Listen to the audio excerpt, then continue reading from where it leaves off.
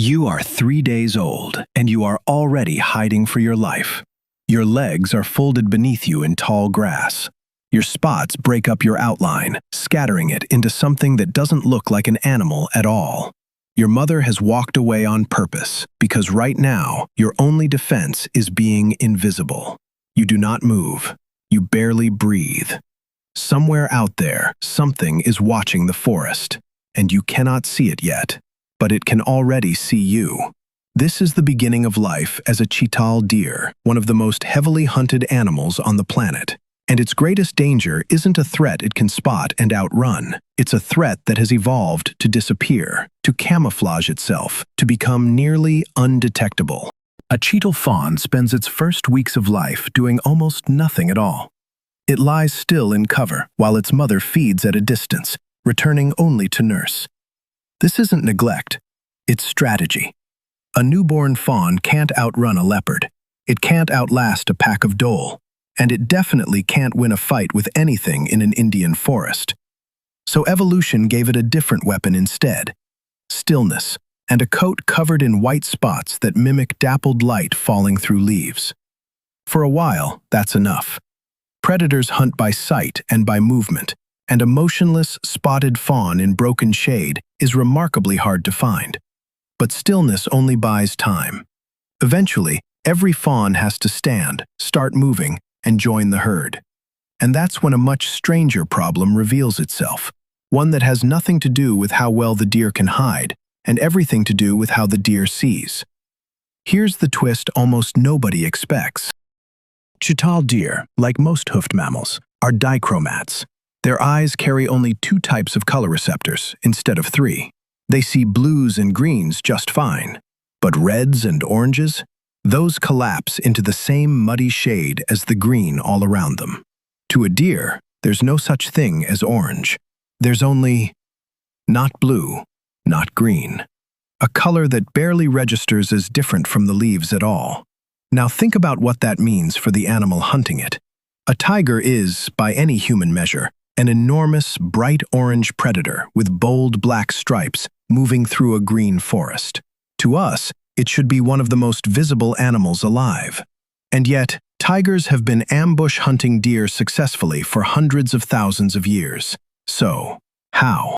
In 2019, a research team led by Dr. John Fennell at the University of Bristol set out to answer exactly that question. Using image processing built to simulate different visual systems, the team recreated what a tiger actually looks like through dichromatic eyes, the same eyes a deer relies on every single day of its life.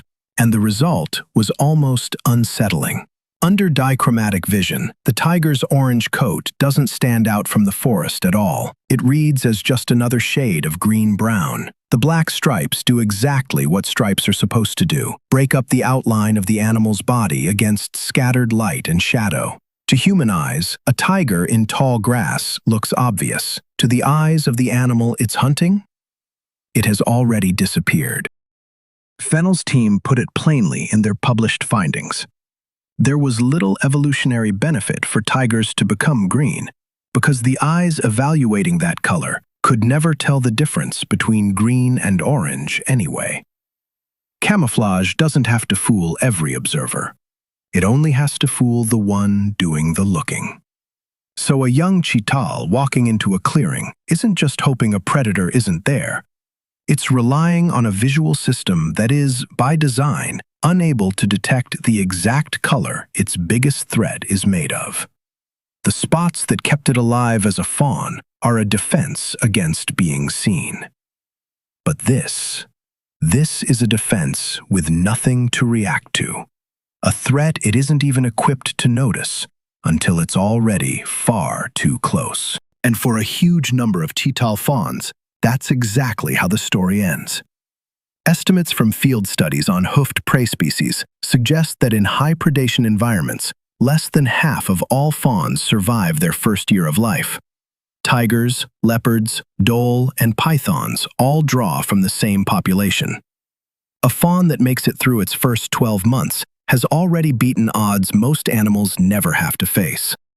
But here's the thing, deer haven't survived alongside apex predators for this long by relying on color vision at all. What they lack in seeing orange, they make up for everywhere else. A cheetah's eyes sit on the sides of its head, giving it a field of view of nearly 300 degrees, almost a full circle, with only a small blind spot directly behind it. It can't see color the way we do, but it can catch the faintest flicker of motion at the very edge of that enormous field of view. Motion a human eye would miss completely. Add a sense of smell built to catch predator scent on shifting air, and ears that rotate independently to triangulate sound, and the picture changes. This animal isn't defenseless, it's just not defending itself with color. There's a second layer to this too, one that predators have to work against just as hard as the color itself.